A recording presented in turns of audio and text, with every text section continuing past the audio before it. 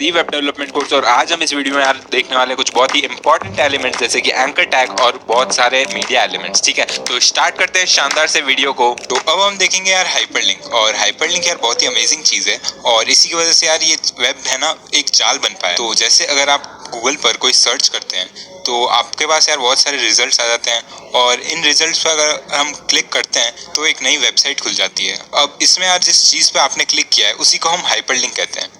तो आप समझ गए होंगे यार हाइपरलिंक क्या काम आता है। और अब हम देखते हैं इसका सिंटैक्स। तो हाइपरलिंक के लिए यार हम यूज़ करते हैं ए टैग का, और इसके अंदर एक बहुत ही इंपॉर्टेंट एट्रीब्यूट होता है जो कि है एचरेफ के अंदर यार हम यूआरएल डाल रहे होंगे और इस यूआरएल के अंदर आप वेबसाइट या फाइल या कोई वेबसाइट का आपका सेक्शन किसी भी चीज़ को हम लिंक कर सकते हैं। तो अब इसके लिए हमको यार यूआरएल समझना बहुत ही ज़रूरी है। तो अब यूआरएल क्या होता है? यूआरएल की फुल फॉर्म होती है यार यूनिफॉर्म रिसोर्स लोकेटर, और ये पूरे वेब में कोई भी चीज़ की लोकेशन हमें देनी हो तो हम यूआरएल का यूज़ करते हैं, और ये यार आपके घर के एड्रेस की तरह यूनिक होता है। अब ये यूआरएल यार दो तरह के हैं, एक तो एब्सोल्यूट और दूसरा रिलेटिव। एब्सोल्यूट का मतलब है यार पूरे स्टार्ट से लेकर एंड तक का जो पाथ होता है उसको हम एब्सोल्यूट कहते हैं, और रिलेटिव का मतलब है यहाँ पे करंट फाइल से लेकर, जैसे आप जिस भी फाइल के अंदर आप कोड कर रहे हो उस फाइल से लेकर आपका जो टारगेट फाइल है वहां तक का पाथ। तो अब यार इसी चीज को एक एनालॉजी समझते हैं। तो मान लो आपको आपके फ्रेंड के घर का एड्रेस बताना है, तो एब्सोल्यूट में यार हम रूट लोकेशन देते हैं जो आप मान सकते हो आपके सिटी का कोई सेंटर लोकेशन है। अब वहां से आपको आपके दोस्त के घर का एड्रेस बताना है, तो आपका जो सेंटर है सिटी का वहां से लेकर आपके फ्रेंड के घर का जो पाथ होगा उसे हम कह देंगे एब्सोल्यूट पाथ। ठीक है, और रिलेटिव का मतलब हो गया जहां पे भी आप खड़े हो करंटली वहां से लेकर आपके फ्रेंड के घर का पाथ। ठीक है, अब यार ये तो समझ लिया हमने इस रिलेटिव और एब्सोल्यूट में फर्क क्या होता है और क्या चीज होती है ये। अब हम देख लेते हैं यार ये फाइल लोकेशंस में हम मूव कैसे करते हैं।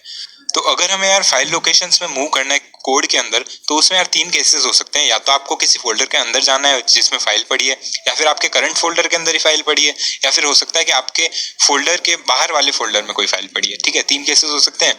तो फर्स्ट में यार जैसे आपकी फाइल आपके करंट फोल्डर में, तो उसमें कुछ नहीं यार, उस फाइल का नाम आप डायरेक्टली लिख दो यूआरएल में, और खाली आप जैसे ही इस फाइल का नाम लिखोगे आपकी वो लिंक बन जाएगी। और अगर आप चाहते हो किसी फोल्डर के अंदर जाना है तो सिंपली आपको उस फोल्डर का नाम लिखना है, फिर एक स्लैश और फिर आपका फाइल का नाम। और सिमिलरली अगर आपको बाहर वाले फोल्डर को एक्सेस करना है तो आप यूज करोगे dot dot slash. Dot dot slash लिखने से क्या होता है, हम अपने फोल्डर के बाहर वाले जो भी चीजें हैं उनको एक्सेस कर सकते हैं। फिर आप स्लैश लगा के अपने फोल्डर का नाम लिख दोगे, या कोई भी फाइल अगर आपको यूज करनी है तो उस फाइल का नाम लिख सकते हो। ठीक है, तो चलो यार अब इसी चीज को हम कोड करके देखते हैं। तो यहाँ पे हमने VS कोड खोल दिया है। अब सबसे पहले हम क्या करते हैं, एक लाइन दे देते हैं। ठीक है, लाइन देने के बाद में हम खोलेंगे ए टैग।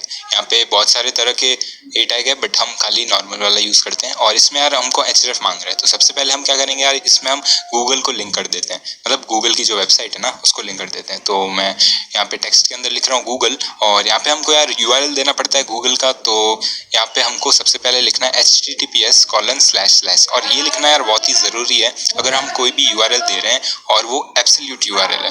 रिलेटिव में ऐसा जरूरी नहीं होता है बट एब्सोल्यूट में बहुत जरूरी होता है। ठीक है, अब मैं इसमें google.com लिख देता हूँ और एक बार इसे सेव करते हैं और जाते हैं हमारे ब्राउजर के अंदर, करेंगे इसको रिफ्रेश। तो आप देख सकते हैं यहाँ पे नीचे छोटा सा गूगल लिखा आ गया है, और जैसे ही हम इस पे क्लिक करेंगे आप देख सकते हो यार google.com खुल चुका है। ठीक है, अब यार इसमें एक प्रॉब्लम है, ये जो हमने देखा जैसे ही हमने इस पे क्लिक किया था आप देख सकते हैं यार ये इसी के अंदर खुल रहा है। हम चाहें अगर तो इसको हम नए टैब में भी खोल सकते हैं, क्योंकि कभी कभी हो सकता है ना कि यार आप चाहते हो कि ये जो क्लिक हो रहा है वो हमारे वेब पेज पे ना खुल के एक नए टैब में खुल जाए।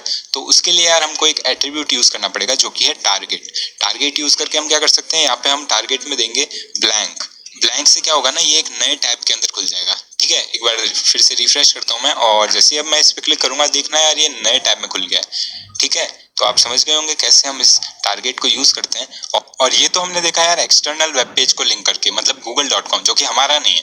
तो अगर हम चाहें कि इसमें हमारे ही वेब पेजेस को लिंक करना, तो उसके लिए क्या कर सकते हैं यार, उसके लिए हम रिलेटिव पाथ्स यूज करेंगे। और सबसे पहले यार हमको कोई वेब पेज भी तो बनाना पड़ेगा जिसको हम लिंक कर रहे होंगे। तो नई फाइल क्रिएट कर लेते हैं, उसे सेव कर लेते हैं, और नाम मैं यार इसमें दे रहा हूँ page2.html, और सेम फोल्डर के अंदर ही इसको सेव कर रहा हूँ, कोई नया फोल्डर नहीं बनाएंगे। और इसके अंदर सबसे पहले हम बॉयलर प्लेट कोड लिख देते हैं, फिर यहाँ पे टाइटल मैं कुछ भी दे देता हूँ यार, नॉर्मली कोई रैंडमली हम बना रहे हैं, और साथ में हेडिंग दे देते हैं। फिर नीचे एक मैं लिंक दे देता हूँ जो कि हमारे होम पेज पे जाएगा, मतलब इंडेक्स वाली फाइल पे। तो वहाँ पे हम जाने के लिए फिर से index.html लिख देंगे, और बाद में इसमें लिख देता हूँ मैं होम। ठीक है, फिर इसे सेव करते हैं और एक बार यार हम इंडेक्स फाइल को भी हमारे अपडेट कर देते हैं और ये लिंक दे देते हैं। तो उसके लिए मैं फिर से इंडेक्स फाइल में जाता हूँ और इस पेज का नाम दे देता हूँ। अब यार इसमें मैं पेज 2 क्यों लिख रहा हूँ और इसमें भी मैंने इंडेक्स क्यों लिखा था, क्योंकि वो दोनों सेम फोल्डर के अंदर पड़े हैं। ठीक है, एक बार देख लेते हैं सेम फोल्डर में कैसे पड़े हैं और क्यों हमने खाली इसको ऐसे मेन पेज लिखा है। तो यहाँ पे मैंने अपनी कक्षा का फोल्डर खोला है और आप देख सकते हो यार ये पेज 2 पड़ा और ये इंडेक्स पड़ा, तो ये सेम फोल्डर के अंदर है, इसलिए हम खाली नाम से ही यूज कर सकते हैं। वरना हमको यार फोल्डर का नाम या फोल्डर से बाहर किसी फोल्डर के अंदर होता है तो // यूज करना पड़ता है। ठीक है, अब इसे एक बार फिर से बड़ा कर देता हूँ मैं और सेव करते हैं और जाते हैं हमारे मेन पेज के अंदर, मतलब जो आउटपुट है हमारा वो देख लेते हैं। तो अगर हम अभी देखें तो इसमें आउटपुट नहीं आ रहा है, क्यों? क्योंकि हमने यार यहाँ पे टेक्स्ट नहीं दिया है। तो टेक्स्ट दे देते हैं और लिख देते हैं पेज 2। ठीक है, सेव करते हैं और अब देखते हैं तो आप देख सकते हो यार यहाँ पे हमारा पेज 2 का URL आ गया, मतलब लिंक आ गया। तो इस पर मैं क्लिक कर देता हूँ और आप देख सकते हो यार हमारा दूसरा पेज जो है वो भी खुल चुका है। अब इस पर क्लिक करेंगे तो वापस होम पेज पे आ जाएंगे और इस पर क्लिक कर रहे हैं तो वापस पेज 2 पे। तो आप समझ गए होंगे यार कैसे हम नेविगेशन यूज करते हैं किसी भी वेब पेज में, मतलब आप अलग अलग पेजेस के अंदर नेविगेट करना चाहो तो भी आप कैसे लिंक दे सकते हो। ठीक है, और इसी में यार हम साथ में अलग अलग हमारे वेब पेज के अंदर, मतलब सिंगल पेज वेबसाइट है और उसके अंदर अलग अलग सेक्शंस है तो उसका भी यूज कर सकते हैं। हाल फिलहाल हमारी वेबसाइट इतनी बड़ी है नहीं, इसलिए मैं शायद ये दिखा नहीं पाऊंगा, बट बाद में आने वाले सेक्शन में हम देखेंगे कैसे हम उसको यूज करेंगे अलग अलग सेक्शंस को। तो अभी के लिए यार हम एक और चीज देख लेते हैं, जैसे हम एंकर टैग को यूज करके अलग अलग फाइल्स को भी अटैच कर सकते हैं। जैसे कि हमारी कोई PDF फाइल हो गई, हमारी कोई JPG फाइल हो गई या कोई और फाइल हो गई, रैंडमली कोई वीडियो या कुछ भी हो गया, तो हम सारी चीजों को लिंक कर सकते हैं। तो एक बार मैं क्या करता हूँ ना, मैं एक नोट्स, हमारे जितने भी नोट्स अब तक रिलीज हुए हैं उनको लिंक करके देख लेते हैं। ठीक है, तो यहाँ पे यार A टैग का यूज करूंगा और यहाँ पे आप देख सकते हो यार अलग अलग टाइप के A टैग है। फिर से हम ब्लैंक का यूज करते हैं ताकि नए फोल्डर के अंदर फाइल बने। और जैसे ही मैंने यहाँ पे क्लिक किया आप देख सकते हो यार http:// आ गया है। अब यार इसमें मैं G ड्राइव की लिंक दे देता हूँ। तो उसके लिए क्या करूंगा यार, यहाँ पे मैंने G ड्राइव खोल रखा है और इसमें हमारे सारे केमिस्ट्री के नोट्स डाले हुए हैं, तो इसी को यूज कर रहे हैं हम।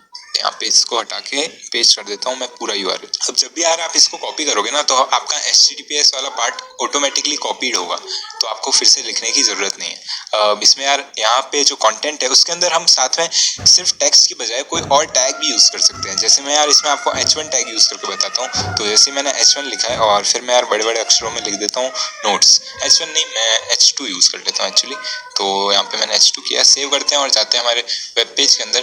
तो आप देख सकते हो यार कैसे हमारा यहाँ पे बड़े बड़े फॉन्ट के अंदर वो नोट्स वाला लिंक आ गया है। अब जैसे ही मैं इस पर क्लिक करूंगा तो हमारे नए पेज के अंदर गूगल ड्राइव खुल रही है। ठीक है, और यही हमको चाहिए था। अब यार साथ में ये तो हो गया हमारा एब्सोल्यूट URL वाला। अब हम रिलेटिव के लिए क्या करेंगे, रिलेटिव के लिए यार मैंने, आप देख सकते हो यहाँ पे नोट्स रखे हैं, हमारे जो भी केमिस्ट्री के नोट्स है वो इस फोल्डर के अंदर पड़े हैं। यहाँ पर नोट्स फोल्डर के अंदर, मतलब अपनी कक्षा के अंदर हमने एक नया फोल्डर बनाया नोट्स, और उसके अंदर ये सारी फाइल्स हमने कॉपी करके रख दी है। ठीक है, अब इसको क्लोज करता हूँ और इसको एक बार लिंक करके देख लेते हैं। तो उसके लिए यार क्या करेंगे, हमको हर PDF के लिए एक नई लिंक बनानी पड़ेगी। तो सबसे पहले यार मैं A टैग यूज करता हूँ, और क्योंकि हमारा ये जो फोल्डर है यहाँ पे आप देख सकते हो ये अपनी कक्षा के फोल्डर के अंदर ही है, मतलब हमको यहाँ पे फोल्डर का नाम लिखना पड़ेगा सबसे पहले नोट्स, और फिर उसके अंदर जो भी फाइल्स है उसका नाम लिखना पड़ेगा। तो यहाँ पे मैं VS कोड खोल देता हूँ और जैसे ही मैं यहाँ पे सबसे पहले फोल्डर का नाम लिखूंगा आप देख सकते हो यार ऑटोमेटिकली हमारी फाइल्स का नाम आ चुका है। तो अब यार यहाँ पे मैं कोई भी एक फाइल सेलेक्ट कर लेता हूँ, जैसे सबसे पहले ये वाला, और नाम में मैं इसी को लिख देता हूँ। और इसी तरह से यार मैं सारी फाइल्स को लिंक कर देता हूँ। और यहाँ पे यार टारगेट भी दे देते हैं, टारगेट हम दे देते हैं _blank, जिससे हमारी नए वेब पेज में खुले। ठीक है, अब इसी को कॉपी करके पेस्ट कर देता हूँ यहाँ पे 3-4 बार, और हम नाम भी चेंज कर देते हैं।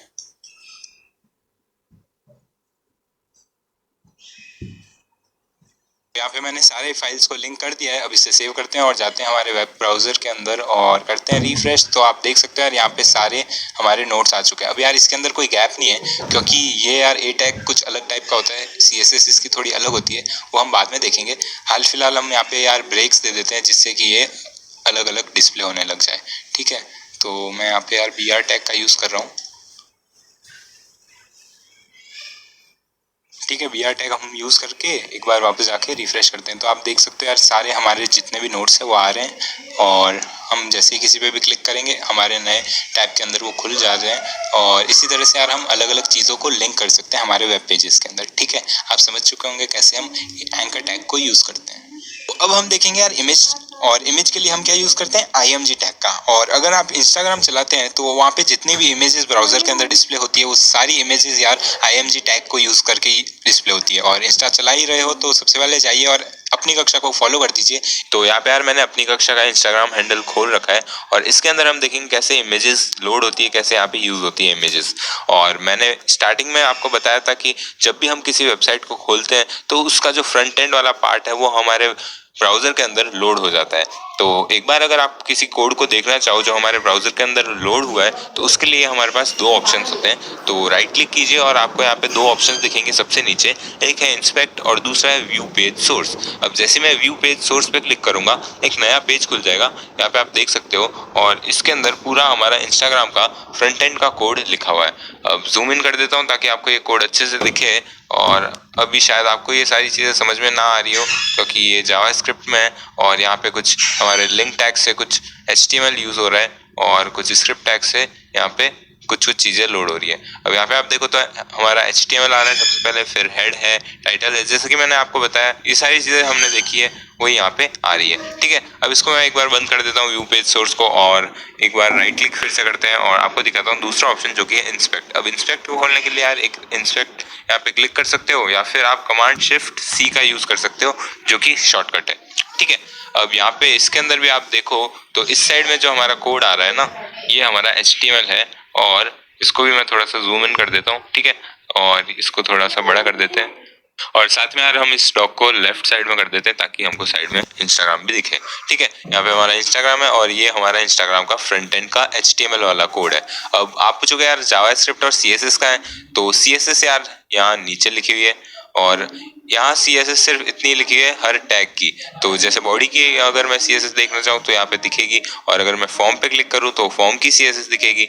मेन टैग पे क्लिक करेंगे अगर तो यहाँ पे मेन टैग की CSS दिखेगी। ठीक है, और साथ में यार अगर हम जावास्क्रिप्ट देखना चाहे तो सोर्सेज में आप क्लिक करो, यहाँ पे एक टैब है और उसके अंदर हमारा पूरा यहाँ फाइल सिस्टम है, उसके अंदर सारी हमारी जावास्क्रिप्ट लोड होती है। ठीक है, तो अगर मैं इसमें कुछ एक्सप्लोर करूँ तो यहाँ पे यार अगर आप देखो तो कुछ CSS फाइल्स है, कुछ JS फाइल्स है। तो ये जो JS फाइल है वही हमारी जावास्क्रिप्ट है। ठीक है, यहाँ पे आप देख सकते हो कुछ कुछ फंक्शंस यहाँ दिख रहे हैं, इसको शायद जूम आउट करना पड़ेगा मुझे। हाँ, तो आपको यार यहाँ कुछ फंक्शंस वगैरह दिख रहे होंगे जो कि जावास्क्रिप्ट में लिखे गए हैं। ठीक है, तो ये सारी चीज़ें यार हमारे ब्राउज़र के अंदर लोड हो चुकी है और अब हम देखते हैं यार हमारा इमेज एलिमेंट कैसे लोड होता है। तो इमेज एलिमेंट के लिए मैंने आपको बताया IMG टैग का यूज़ करते हैं। तो यहाँ पे यार अगर मैं कोई भी पोस्ट देखूँ तो ये जितनी भी हमारी जो पोस्ट है उसके ऊपर इमेजेस आ रही है तो ये सारी इमेजेस भी हमारी IMG टैग से लोड हो रही होगी।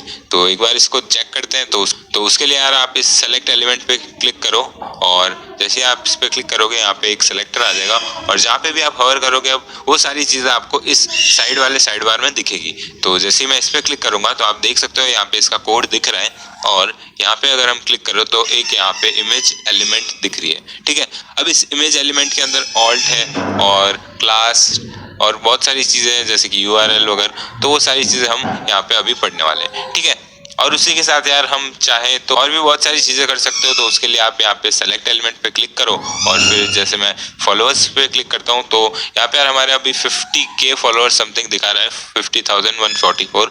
तो इसको चेंज करके देखते हैं। तो यहाँ पे हम फॉलोअर्स बढ़ा के कुछ मिलियंस में कर देते हैं। तो मैं इसको 10 मिलियन कर देता हूँ, है ना। और जैसे ही मैं इसे एंटर करूंगा तो आप देख सकते हो यार हमारे फॉलोअर्स बढ़ के 10 मिलियन हो चुके हैं, है ना। अब ये जो चीज़ है यार वो सिर्फ आपको दिख रही है, असल में हमारे जो फॉलोअर्स है वो नहीं बढ़े क्योंकि ये जो फॉलोअर्स के रिकॉर्ड्स है वो उनके सर्वर में पड़े हैं और यहाँ तक तो खाली वो सर्वर की एक फाइल आ चुकी थी और मैंने उस फाइल में चेंज किया है। तो अगर मैं इसको रिफ्रेश करूंगा तो वो फाइल दोबारा से आ जाएगी, मतलब रिप्लेस हो जाएगी और ये जो 10 मिलियन है वो वापस पहले जैसा हो जाएगा जो कि 50K था। तो एक बार रिफ्रेश करके आपको दिखाता हूँ।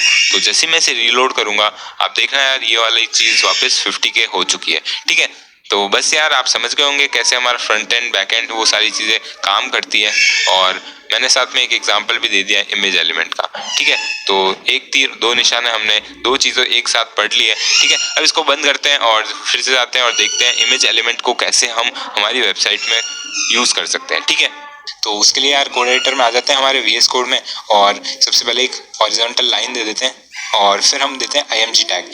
अब IMG टैग में आप देख सकते हो यार यहाँ पे एट्रीब्यूट्स आ रहे हैं कुछ, यहाँ पे SRC है और एक ऑल्ट है। SRC क्या है, तो SRC एट्रीब्यूट में यार हम इमेज की लोकेशन देते हैं, URL को यूज़ करते हैं, और URL मतलब बेसिकली वही हमारा एब्सोल्यूट और रिलेटिव वाला हो जाएगा।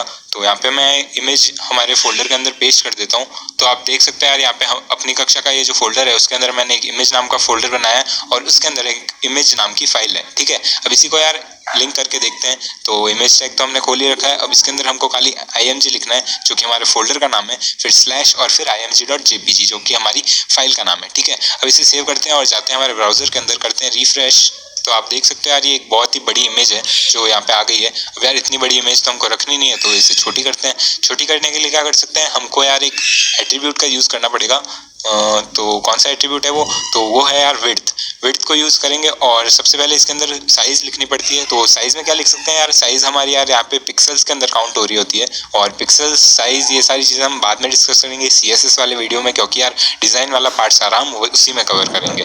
ठीक है, तो यहाँ पे मैं यार एक रैंडमली कुछ भी साइज़ दे देता हूँ, 350 मान लो, और एक बार रिफ्रेश करके देखते हैं क्या हुआ चेंज। तो आप देख सकते हैं यार अब ये काफ़ी बेटर लग रही है। बट अभी आप देखोगे तो हाइट तो चेंज हो गई है। कैसे, तो यार अगर हम खाली विड्थ भी देते हैं तो हमारे ये जो एस्पेक्ट रेशियो होता है इमेज का वो मेंटेन रहता है। मतलब जैसे जैसे आप विड्थ कम कर रहे हो वैसे वैसे उसी रेशियो के अंदर आपका हाइट भी छोटा होता जा रहा है। और अगर आप यहाँ पे साइड में हाइट भी दे दो तो यार वो एस्पेक्ट रेशियो बिगड़ जाएगा। तो जैसे मैं यार 600 दे रहा हूँ यहाँ पे और रिफ्रेश करता हूँ तो आप देख सकते हो यार ये पिचक सी गई है इमेज।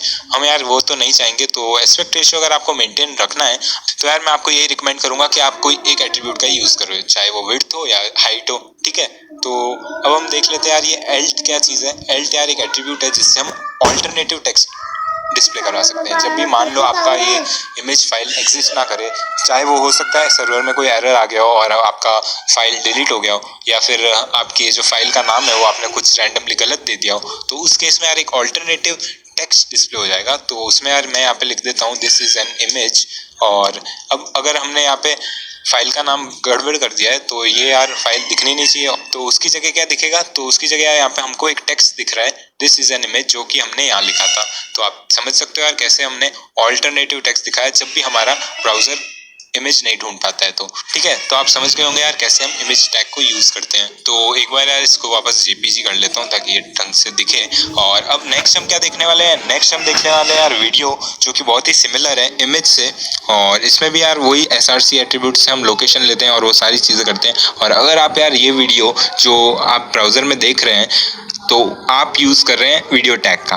ठीक है, देख लेते हैं यार अब कैसे इस वीडियो टैग को हम अपने वेबसाइट में यूज़ कर सकते हैं। तो सबसे पहले यार HR यूज़ करके हम एक हॉरिजॉन्टल रूल दे देंगे, फिर लिखेंगे वीडियो जिससे वीडियो टैग ओपन हो रहा है, और फिर सोर्स में हमको यार एक वीडियो फाइल देनी पड़ेगी। और उसके लिए मैंने एक वीडियो ऑलरेडी यहाँ पे पेस्ट कर रखा है। आप जैसे अपनी कक्षा का फोल्डर देखोगे तो यहाँ पे आपको यार वीडियो नाम के एक फोल्डर के अंदर आप देख सकते हो वीडियो नाम की एक फाइल है video.mp4। ठीक है, इसको मैं बंद करता हूँ और आप यहाँ पे देख सकते हो हमारे VS कोड के अंदर सोर्स आ रहा है। इसके अंदर हम वीडियो लिख देते हैं जो कि फोल्डर का नाम है, और फिर ये video.mp4 जो कि फाइल का नाम है। ठीक है, सेव करते हैं और जाते हैं हमारे यार ब्राउजर के अंदर। और जैसे ही मैं रिफ्रेश कर रहा हूँ आप यहाँ पे नीचे देख सकते हो एक पूरी बड़ी वीडियो सी आ गई है। अब यार इतनी बड़ी आ रही है तो छोटी कर लेते हैं पहले। और जैसा कि हमने इमेज में देखा था विड्थ का यूज़ करके हम इमेज को छोटी कर रहे थे, सिमिलरली यहाँ पे भी यार विड्थ का यूज़ करेंगे। और यहाँ पे मैं इमेज से थोड़ा सा बड़ा दे रहा हूँ, तो वहाँ पे 350 यूज़ किया था, मैं यहाँ पे माइनर चेंज 400 दे देता हूँ और रिफ्रेश करते हैं। आप देख सकते हो यार यहाँ पे हमारी वीडियो आ रही है। और अब आप देख सकते हो यार यहाँ पे कोई कंट्रोल ही नहीं है, प्ले बटन नहीं है, कुछ प्ले ही नहीं हो रहा है। तो ये वीडियो किस काम की, तो उसका एक कारण है यार, कोई बटन दिखाने के लिए तो हम पहले एक एट्रीब्यूट यूज़ करते हैं कंट्रोल्स। तो कंट्रोल से क्या होगा, बेसिकली हमारे जितने भी कंट्रोल्स आते हैं, प्ले पॉज का बटन या हमारा ये जो वॉल्यूम का बटन आ जाता है या फुल स्क्रीन का बटन आ जाता है, तो वो सारी चीज़ें हम कंट्रोल नाम का एट्रीब्यूट अगर यूज़ करेंगे ना तो ही आएगा। ठीक है, अब यार ऐसा क्यों कि हमको कंट्रोल का बटन देना पड़ रहा है, मतलब क्यों वीडियो टैग में ऑटोमेटिकली कोई बटन्स नहीं आते हैं, तो उसका एक कारण है यार। तो मान लो आप चाहते हो कि आपका वीडियो जैसे ही ब्राउज़र में हमारा वेब पेज स्टार्ट हो वहीं वीडियो भी प्ले हो जाए, मतलब हमारा कोई यूजर आया और वीडियो ऑटोमेटिकली प्ले हो जाना चाहिए। तो उस केस में यार हम बटन ना दिखाएं तो भी चलेगा ना, इसलिए हम यार यहाँ पे बटन के लिए एक अलग से एट्रीब्यूट दे सकते हैं और ऑटो प्ले के लिए भी हम एक अलग से एट्रीब्यूट दे सकते हैं ऑटो प्ले यूज करके एक बार इसे सेव करते हैं और जाते हैं ब्राउजर में। और अब मैं जैसे इसको रिफ्रेश करूंगा आप देखोगे यार कैसे ये ऑटोमेटिकली प्ले हो जाएगा और कोई बटन ही नहीं आएगा, हम पॉज कर ही नहीं सकते हैं। ठीक है, अब आप देख सकते हो यार यहाँ पे कोई बटन ही नहीं है, मैं इसको पॉज कर ही नहीं सकता हूँ। और इसको यार हम पॉज कर देते हैं और उसके लिए पहले जाते हैं हमारा ऑटो प्ले हटा देते हैं और करते हैं रिफ्रेश। ठीक है, तो कुछ इस तरह से हम ऑटो प्ले का यूज़ करते हैं। फिर हम देते हैं यार कंट्रोल, जिससे हमारे बटन्स आ जाएंगे। तो यहाँ पे कंट्रोल्स का यूज़ करेंगे सेव और करते हैं रिफ्रेश। तो यहाँ पे आप देख सकते हो यार प्ले का एक बटन आ रहा है जिससे मैं क्लिक करता हूँ और यहाँ पे यार बहुत सारी चीज़ें आ गई है, पूरा वीडियो प्लेयर सा बन गया है खाली हमारा ये कंट्रोल्स एट्रीब्यूट को यूज करने से। अब यार इसमें और भी कुछ एट्रीब्यूट्स हैं जैसे कि लूप, जिससे क्या होता है बेसिकली हमारा जैसे ही वीडियो एंड होता है ना तो ऑटोमेटिकली स्टार्ट भी हो जाता है, मतलब एक लूप चलता रहेगा, कभी वीडियो रुकेगा ही नहीं। ठीक है, तो आप देख सकते हैं यहाँ पे जैसे ही वीडियो एंड होगा वैसे ही वापस स्टार्ट भी हो जाता है, मतलब हमको कुछ करने की जरूरत नहीं, बार बार ये खत्म होएगा स्टार्ट होएगा और ये लूप एंडलेसली चलता रहेगा। ठीक है, तो उसके लिए हमने लूप टैग का यूज किया। अब यार म्यूटेड नाम का भी एक एट्रीब्यूट है जिससे क्या होता है जैसे मैं इसको रिफ्रेश कर रहा हूँ आप देख सकते हैं ये एट्रीब्यूट यूज करने से हमारा ये जो वीडियो है वो म्यूटेड चालू होगा, मतलब ऑडियो इसमें नहीं आएगी इनिशियली, मतलब फिर आप बटन यूज करके कर सकते हो ऑडियो मतलब लगा सकते हैं। जैसे कि आप देख सकते हैं यहाँ पे ये बटन ऑलरेडी म्यूटेड है, अब आप बढ़ा सकते हो वो एक अलग बात है, बट क्योंकि हमने इस एट्रीब्यूट को यूज किया यहाँ पे ऑलरेडी म्यूटेड थी। ठीक है, अब last but not the least poster क्या होता है? पोस्टर बेसिकली अगर आप YouTube चलाते हो तो उसके अंदर यार हर वीडियो के आगे थंबनेल होते हैं जिसमें इंफॉर्मेशन होती है कि वीडियो क्या कहना चाहता है और वो यार थंबनेल अलग से हम बनाते हैं। और उसी तरह से यार हम अगर अपनी वेबसाइट के अंदर किसी वीडियो के ऊपर थंबनेल लगाना चाहते हैं तो हम यूज कर सकते हैं यार पोस्टर एट्रीब्यूट का। ठीक है, उसमें क्या करेंगे बेसिकली हमने यहाँ पे यार जैसे इमेज के अंदर सोर्स फाइल दी थी वैसे ही हमको यहाँ पे भी एक सोर्स की तरह यहाँ पे भी हमको एक इमेज की लोकेशन देनी है। URL हो सकता है बेसिकली हमारा फाइल लोकेशन हो सकता है, जैसे भी आप देना चाहो।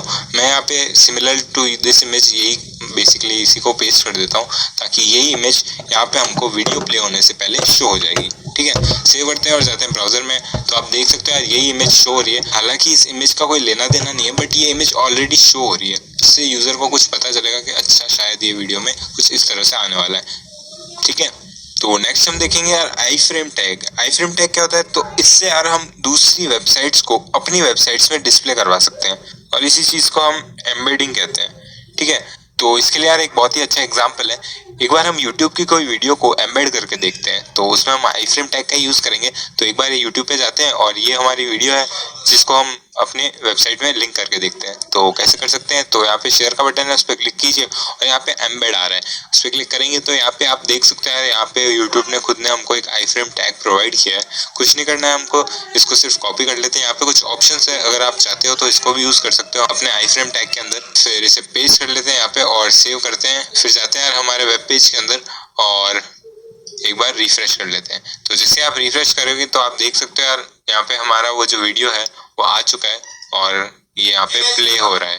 ठीक है ना, तो आप समझ गए होंगे कैसे हम आई फ्रेम टैग का यूज कर सकते हैं। अब हम इसमें क्लोजली देख लेते हैं कौन कौन से इसमें एट्रीब्यूट्स हैं जो कि यहाँ काम आ रहे हैं। तो सबसे पहले आप देख सकते हो यार विड्थ है, जिससे कि आप समझ ही गए होंगे हाइट और विड्थ प्रोवाइड होती है। और फिर आता है यार SRC और SRC के अंदर आप देख सकते हो यार वो URL होगा जो कि हम एम्बेड करना चाहते हैं। फिर हमारा फ्रेम बॉर्डर, इससे कुछ नहीं होता है, इससे बेसिकली हमारा फ्रेम आ जाएगा। अगर इसको हम 1 करके देखें तो यहाँ पे हमारा फ्रेम आ जाता है एक हमारे कंटेंट के सराउंडिंग। ठीक है, फिर है यार कुछ अलाउ और इसके अंदर कुछ एट्रीब्यूट्स है जो कि अलग अलग ऑप्शंस को अलाउ कर देंगे। फिर अलाउ फुल स्क्रीन है जिससे हम यहाँ पे फुल स्क्रीन का बटन देख सकते हैं। बस ये सारी चीज़ें होती है आई फ्रेम के अंदर।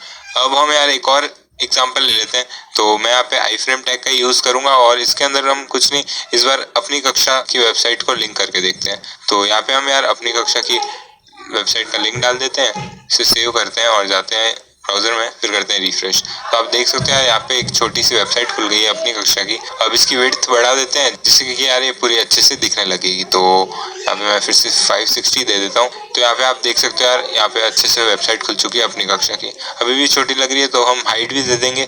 तो हाइट यहाँ पे हम दे सकते हैं 600। ठीक है, हाइट यहाँ पे हम दे सकते हैं 600। ठीक है, एक बार से सेव करते हैं और रिफ्रेश करते हैं तो आप देख सकते हो फिर से हमारी वेबसाइट बहुत ही अच्छे से दिख रही है। ठीक है, तो कुछ इस तरह से यार हम आई फ्रेम टैग का यूज करते हैं।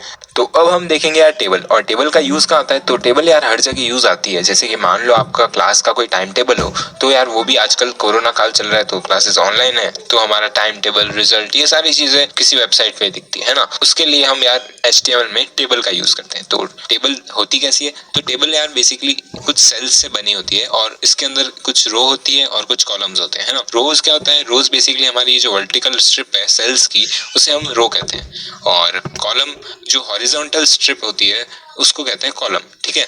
अब देखते हैं यार HTML के अंदर कैसे टेबल को यूज किया जाता है। तो सबसे पहले यार हम HTML के अंदर टेबल के लिए यूज करेंगे टेबल टैग का, और फिर उसके अंदर हर रो के लिए हम TR टैग यूज करते हैं जो कि रिप्रेजेंट करता है टेबल रो को, ठीक है। फिर उसके अंदर हम लिखते हैं टेबल का डेटा, मतलब उस सेल का डेटा जो कि हम उस रो के अंदर बनाना चाहते हैं। तो TD टैग खोलेंगे और उसके अंदर टेबल का डेटा लिखेंगे, है ना। फिर उसी के बाद में आता है TH टैग। TH टैग क्या होता है, तो TH टैग बेसिकली हमारा हेडिंग के लिए यूज आता है। और जब भी हमें कोई हेडिंग बनानी हो, जैसे कि मान लो आप कोई सिटी के नाम लिख रहे हो, तो सबसे ऊपर लिखोगे सिटी और फिर उसके नीचे लिखोगे सिटी के जो भी नाम है ना। तो उस सिटी को जो आप है वो थोड़ा हाईलाइटेड में दिखाओगे ताकि लोगों को पता चले कि हाँ यार ये सिटीज है ना। तो उसके लिए हम यूज करते हैं TH टैग का, जिससे पता चलता है कि ये हेडिंग है, ठीक है। फिर आते हैं यार इसके अंदर एट्रीब्यूट्स। तो TR के अंदर कुछ एट्रीब्यूट्स होते हैं जैसे कि रो स्पैन और कॉल स्पैन, है ना। तो रो स्पैन का मतलब क्या होता है, तो जैसे कि मान लो आप एक टेबल बना रहे हो, उसके अंदर आपने 3 कॉलम्स लिखे हैं, मंथ, सेविंग और सेविंग फॉर हॉलीडे, ठीक है। अब इसके अंदर आपको सारे मंथ्स लिखने हैं, फिर उन मंथ्स की सेविंग लिखनी है। लेकिन सेविंग फॉर हॉलीडे वाला जो आपका कॉलम है ना, उसमें आप चाहते हो कि सारे मंथ्स का इंक्लूडेड आपका एक कुछ सेविंग रखी है आपने हॉलीडे के लिए। तो इसमें आप क्या करोगे, आपने जो मंथ्स है वो लिख दिए, जनवरी, फरवरी, फिर आपने उस मंथ की सेविंग लिख दी, जैसे कि मान लो 100 रुपीज, 80 रुपीज। फिर आपका जो सेविंग फॉर हॉलीडे है उसमें आप मिक्स करना चाहते हो 2 रोज को, तो आप क्या करोगे, आप रो स्पैन का यूज करोगे और लिखोगे row span is equal to 2, ताकि आपकी वो जो जनवरी फरवरी वाले रोज है वो मिक्स हो जाए, उनका एरिया बेसिकली एक बन जाए और उसके अंदर कंटेंट आपका बीचों बीच दिखने लगे, ठीक है।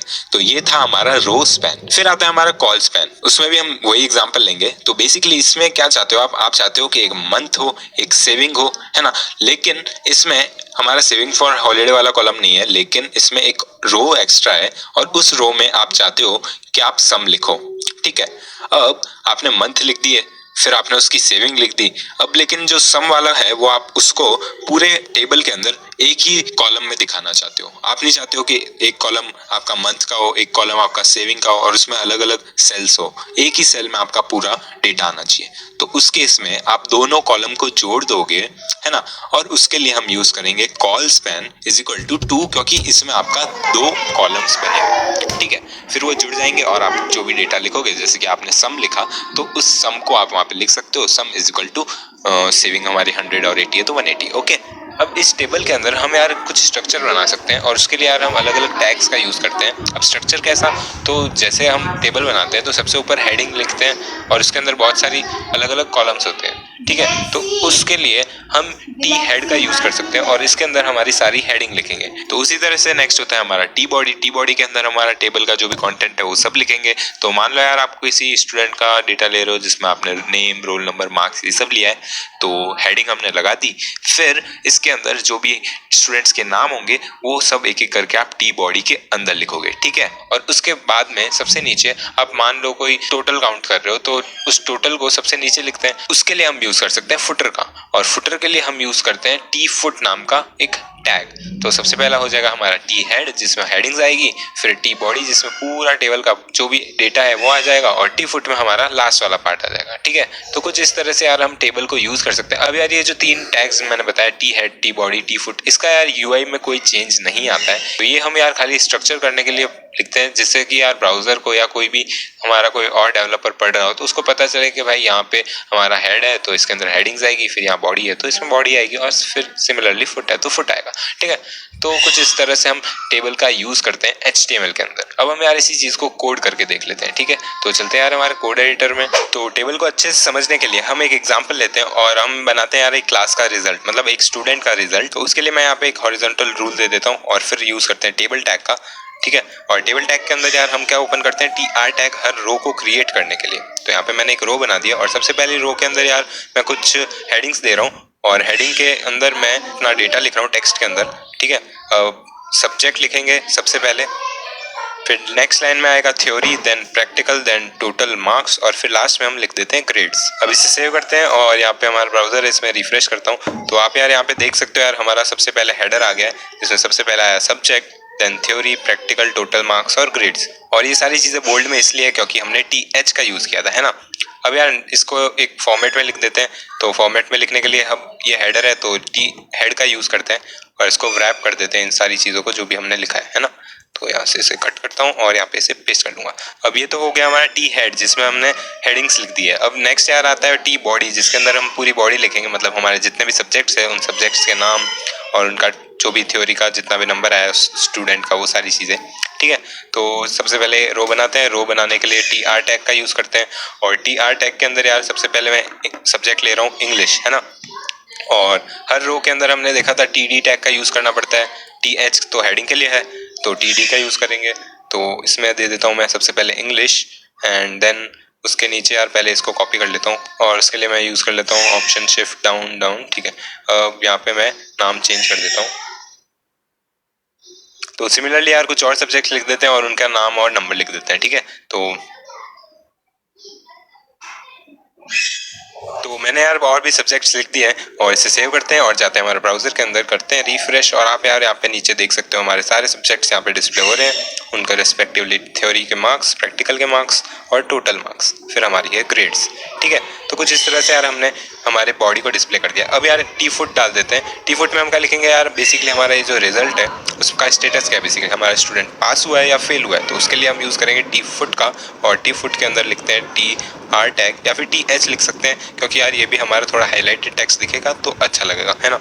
तो यहाँ पे मैं रिजल्ट लिखता हूँ और कॉलन पास। अब जैसे ही मैं इसे सेव करता हूँ और यहाँ पे आके रिफ्रेश करता हूँ तो आप देख सकते हो यहाँ पे आ रहा है हमारा रिजल्ट पास। अब यार क्योंकि ये इस रो के अंदर ही है तो इसका खाली एक एरिया यूज़ हो रहा है। अब मान लो हमें इसे बीच में यहाँ पे डिस्प्ले करवाना है, तो उसके लिए हम क्या कर सकते हैं, उसके लिए यार हम इन सारे कॉलम्स को कंबाइन कर सकते हैं। और कंबाइन करने के लिए हमने देखा था कॉल स्पैन करके एक एट्रीब्यूट है और उसके अंदर हमको वैल्यू देनी पड़ती है जितनी भी रोज हमको, जितनी भी कॉलम्स हमको कंबाइन करने हैं। तो यहाँ पे हमारा 5 है समथिंग, तो मैं 5 लिख के सेव करता हूँ और करूँगा यहाँ पे रिफ्रेश। तो आप देख सकते हो यार यहाँ पे हमारे बीच में आ गया, क्योंकि हमने पांचों कॉलम्स को कंबाइन किया है और खाली एक कॉलम दिख रहा है अब यहाँ पे, जो कि है रिजल्ट पास, है ना। तो कुछ इस तरह से यार हम कॉल स्पैन का यूज़ करते हैं और सिमिलरली हम रो स्पैन का भी ऐसे ही यूज़ करते हैं, जिसमें हम रो स्पैन लिखते हैं और जितनी भी रोज हमको कंबाइन करनी होती है उसका नंबर लिख देते हैं, ठीक है। तो अब हमने यार ऑलमोस्ट सारे इंपॉर्टेंट एलिमेंट्स देख लिए हैं। तो बस यार इस वीडियो में इतना ही, मिलते हैं नेक्स्ट वीडियो में, तब तक के लिए यार सी या have a great day and I will catch you up in the next one.